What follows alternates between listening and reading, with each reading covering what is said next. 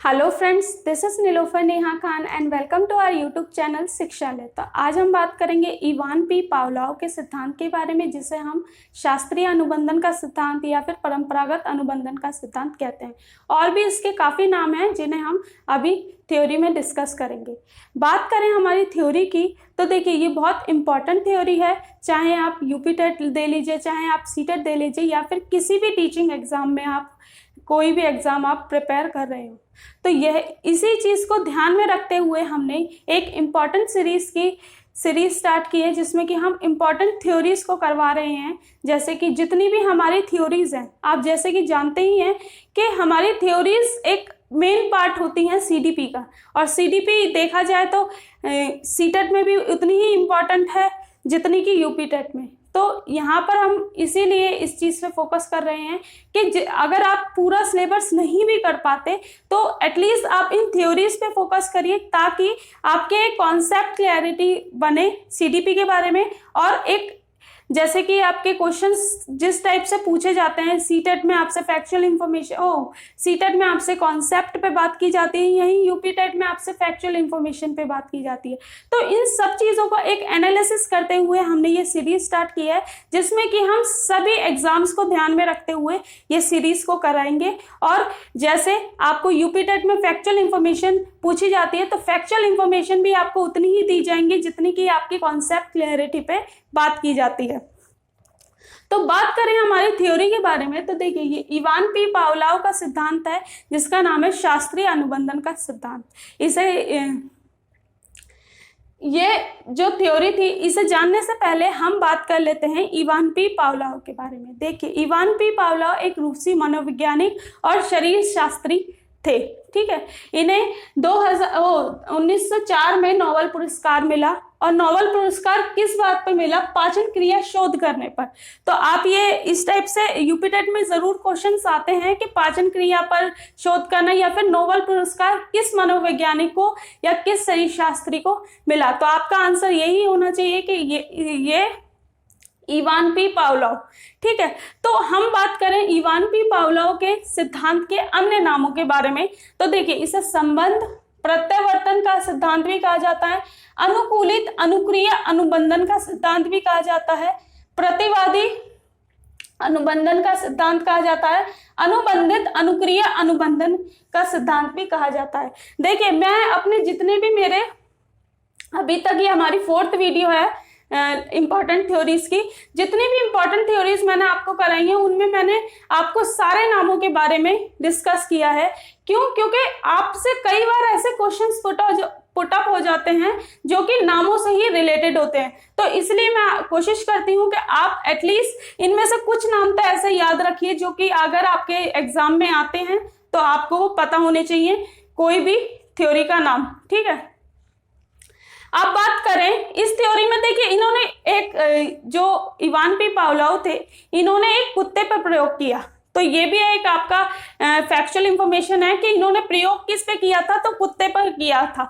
और एक क्वेश्चन आपसे इस टाइप से भी पूछा जाता है, शास्त्रीय अनुबंधन सिद्धांत किसके द्वारा प्रतिपादित किया गया था? तो आपका आंसर ये होना चाहिए इवान पी पावलोव या फिर पावलोव, ठीक है। दोनों में से कोई भी ऑप्शन आपका आ सकता है। तो बात करें इस प्रयोग के बारे में, तो इन्होंने ये प्रयोग किया कुत्ते पे, और कुत्ते की एक ग्रंथ नलियों का इन्होंने ऑपरेशन करके उसका इस तरीके से सेटअप किए थे उसकी ग्रंथ नलियों में, जिसकी वजह से कुत्ता जब भी खाने को देखता तो जो उसकी लार में वृद्धि होती, स्वाभाविक अनुक्रिया जो वो करता, उस स्वाभाविक अनुक्रिया में जो उसकी लार की वृद्धि होती वो मेजरमेंट होती। तो इस टाइप से ये प्रयोग किया गया, और इसका निष्कर्ष क्या निकला कि जब भी कुत्ता खाने को देखता है तो उसका लार में वृद्धि होती है, यानी कि एक स्वाभाविक अनुक्रिया के इन्होंने समझाने की कोशिश की कि स्वाभाविक अनुक्रिया के बदले स्वाभाविक उद्दीपक ही, और स्वाभाविक उद्दीपक जब दिया जाएगा तो स्वाभाविक अनुक्रिया ही होगी। तो ये इन्होंने 3 चरणों में एक डिफाइन करने की कोशिश की कि कैसे कैसे क्या क्या होता है।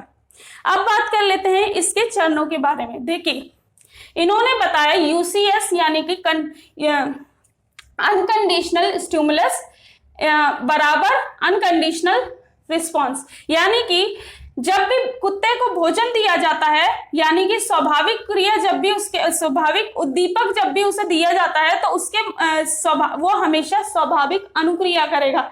देखिए एक नॉर्मल सी चीज देखिए कि आपको भूख लगी है और आपके सामने कोई खाना खा रहा है, तो ऑब्वियस सी बात है आपका भी उसे देखकर खाने का मन करेगा। या फिर किसी को अंधेरे से डर लगता है तो लाइट बंद होते ही वो डर जाएगा। तो ये क्या है, ये स्वाभाविक क्रिया है जिसे आप रोक नहीं सकते, ये नेचुरली हो जाती है। अब बात करें तो इन्होंने यही समझाने की कोशिश की कि जब भी आप स्वाभाविक उद्दीपक प्रदान करेंगे किसी व्यक्ति को तो उसकी स्वाभाविक अनुक्रिया ही होगी।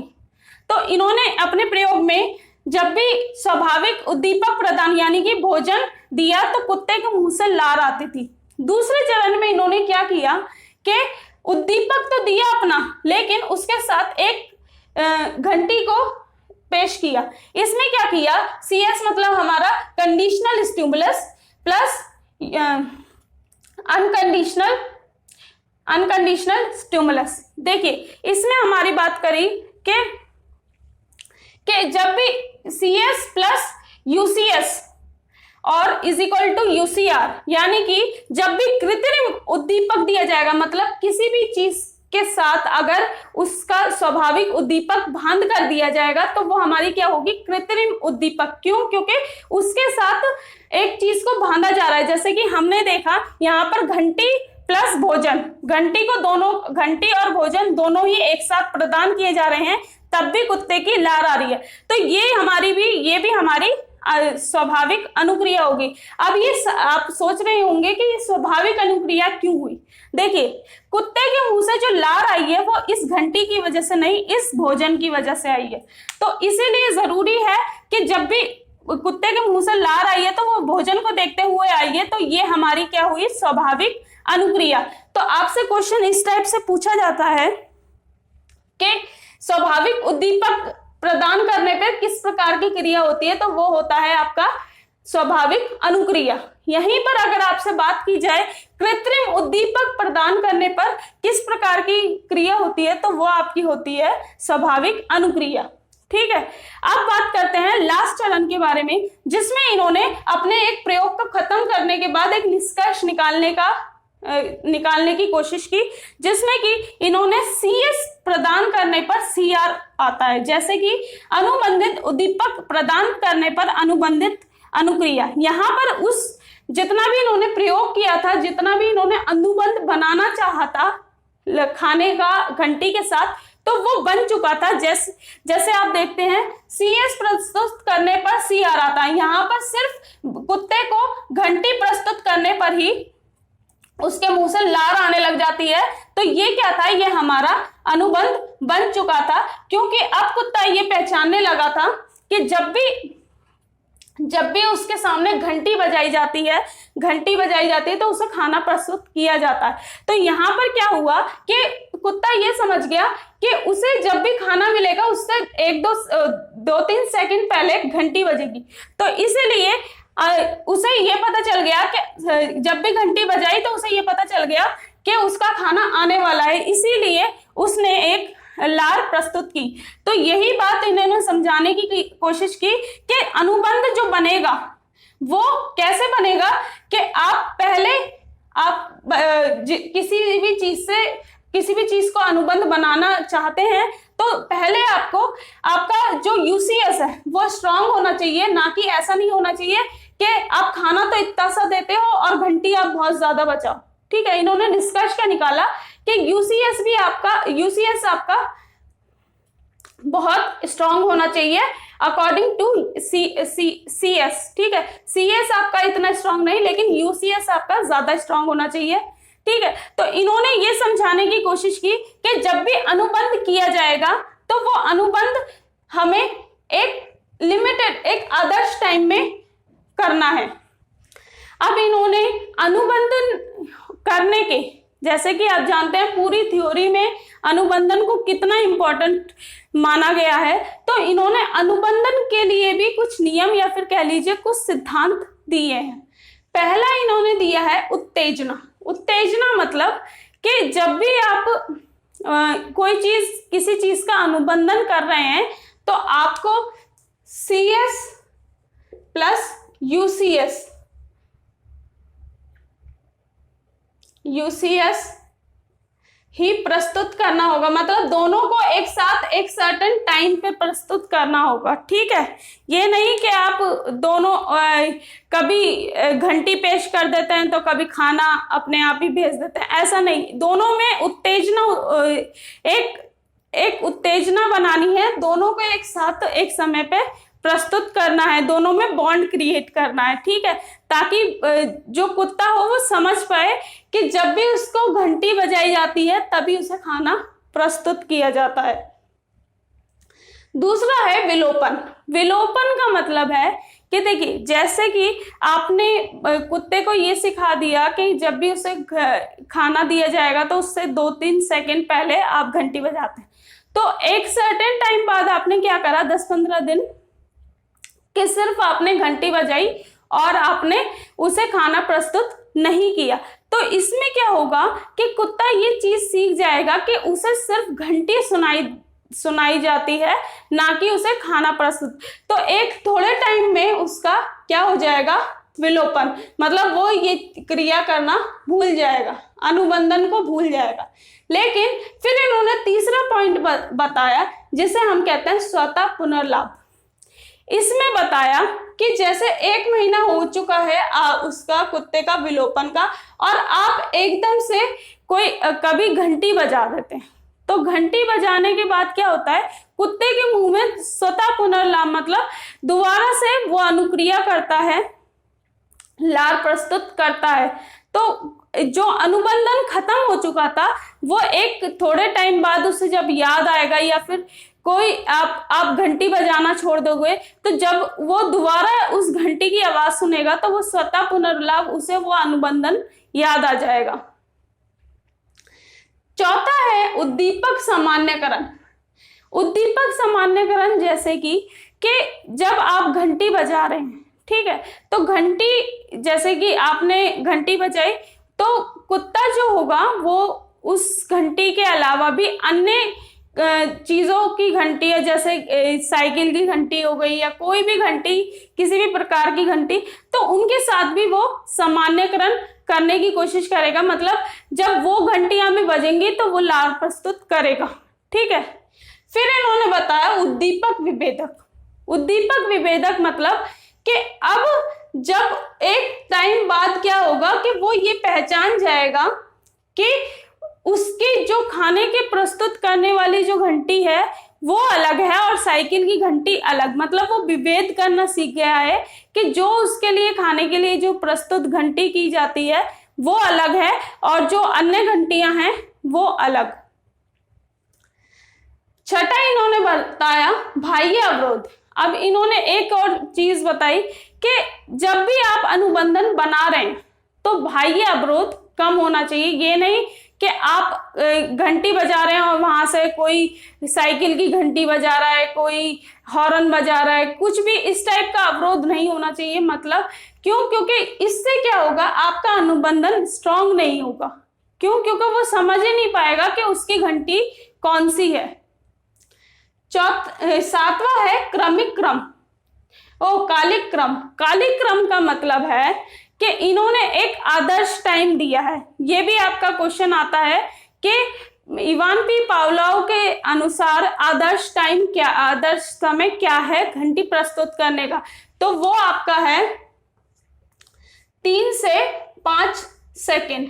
ठीक है, 3 से 5 सेकंड में आपको ये प्रस्तुत करना है। ये नहीं कि आपने क्या कहते हैं आपने घंटी बजा दी और आधे घंटे तक आप खाना ही नहीं दे रहे, तो ऐसा नहीं होना चाहिए। एक आदर्श टाइम आपको बनाना है। क्यों? क्योंकि आपको दोनों के मध्य बॉन्ड क्रिएट करना है, अनुबंध बनाना है। अब बात करें, अब देखिए इन्हें तीनों चीजों को मैं समझाने की कोशिश करती हूँ एग्जाम्पल से। जैसे कि एक क्लास में टीचर है, ठीक है, तो वो जब भी क्लास में आता है तो वो अपने पहले किसी से भी डंडा या बुक रखवा देता है और आके टेस्ट लेना शुरू कर देता है। तो एक दिन क्या हुआ, टीचर नहीं आई, तो बच्चे ये सीख गए कि जब भी टीचर क्लास में आता है तो वो डंडा और बुक रखवाता है, तो उन बच्चों को ये चीज सीख गए। लेकिन एक दिन क्या हुआ कि जब टीचर आ नहीं रहा था, तो उसके जो स्कूल में जो और टीचर्स थे, बच्चे शोर कर रहे थे, जिसकी वजह से प्रिंसिपल मैम ने उसे ये कह दिया, दूसरे टीचर को कह दिया कि आप इस क्लास में बुक और डंडा रखवा दो। तो बच्चों को क्या लगेगा कि मैम आने वाली है और बच्चे शांत हो जाएंगे। लेकिन ऐसी ही 10-15 दिन क्रिया होती रहेगी, लेकिन मैम नहीं आएगी, तो बच्चे विलोपन मतलब भूल जाएंगे, वो ये चीज समझ जाएंगे कि सिर्फ और सिर्फ उनके सामने डंडा प्रस्तुत किया जाता है, टीचर नहीं आती। तो ये क्या हो गया, विलोपन हो गया, मतलब बच्चे भूल चुके हैं कि जब भी डंडा या फिर बुक प्रस्तुत की जाती है, टीचर आएगी। तीसरा हमारा है स्वतः पुनर्लाभ। अब 10-15 दिन ऐसे हो चुका है, ना तो कोई डंडा आता क्लास में, ना ही कोई चीज ऐसी हो रही, ना टीचर आ रही। तो एक दिन क्या होगा, 10-15 दिन बाद एकदम से टीचर आ जाएगी और उसमें डंडा और जो बुक है वो उसके बच्चों की क्लास में रख दी जाएगी। तो क्या होगा, बच्चे एकदम से समझ जाएंगे कि हाँ, क्लास टीचर आने वाली है, इसीलिए इतने दिनों बाद उसका डंडा और बुक आई है। तो ये क्या हो गया, स्वतः पुनर्लाभ। ठीक है, तो इसी टाइप से आपका चीजों में अनुबंध किया जाता है, मतलब चीजें सिखाई जाती हैं बच्चों को। अब इन्होंने इससे निष्कर्ष निकालने के बाद इसके जो शैक्षिक महत्व हैं, इन्होंने ये बताया कि बालकों को अनुबंध द्वारा सिखाया जाना चाहिए। अनुबंध जैसे कि बच्चा कोई चीज जो जानता है उसे उसके साथ अनुबंध करना। जैसे का से कबूतर, बच्चा का को नहीं जानता लेकिन कबूतर को जानता है। ठीक है। ए फॉर एप्पल, बच्चा ए को नहीं जानता लेकिन एप्पल को जानता है। तो इसीलिए ये इंपॉर्टेंट थ्योरी मानी जाती है हमारी, इसीलिए इसमें इसके जो शैक्षिक महत्व हैं इतने ज्यादा इंपॉर्टेंट होते हैं। तो आप ये जो थ्योरी है मेनली जो छोटे बच्चों पे यूज की जाती है, जैसे कि फर्स्ट सेकंड इस टाइप के बच्चों पे। तो यहाँ पर ये हमारी वीडियो खत्म होती है। अगर आपको इस वीडियो में कुछ भी अच्छा लगा हो या फिर कोई भी चीज हो जो समझ ना आई हो या फिर कोई भी ऐसी चीज हो जो समझ आ गई हो, तो प्लीज कमेंट बॉक्स में कमेंट जरूर करें। आपके रिव्यूज हमारे लिए बहुत मायने रखते हैं, और बताएं कि किस टाइप से वीडियोस हैं, कुछ गलतियां हैं या फिर कुछ भी, आप रिव्यूज दीजिए और वीडियो को लाइक एंड शेयर जरूर करें और उन तक जरूर पहुंचाएं जिन बच्चों को जरूरत है, वो चाहते हैं कि उन्हें प्रॉपर वे में एक थ्योरीज की सीरीज मिले। Thank you for watching my video. और अगर पहली बार देख रहे हैं तो प्लीज चैनल को सब्सक्राइब भी करें और बेल आइकन को प्रेस भी करें ताकि आने वाली हर अपडेट आप तक पहुंच सके। Thank you for watching my video.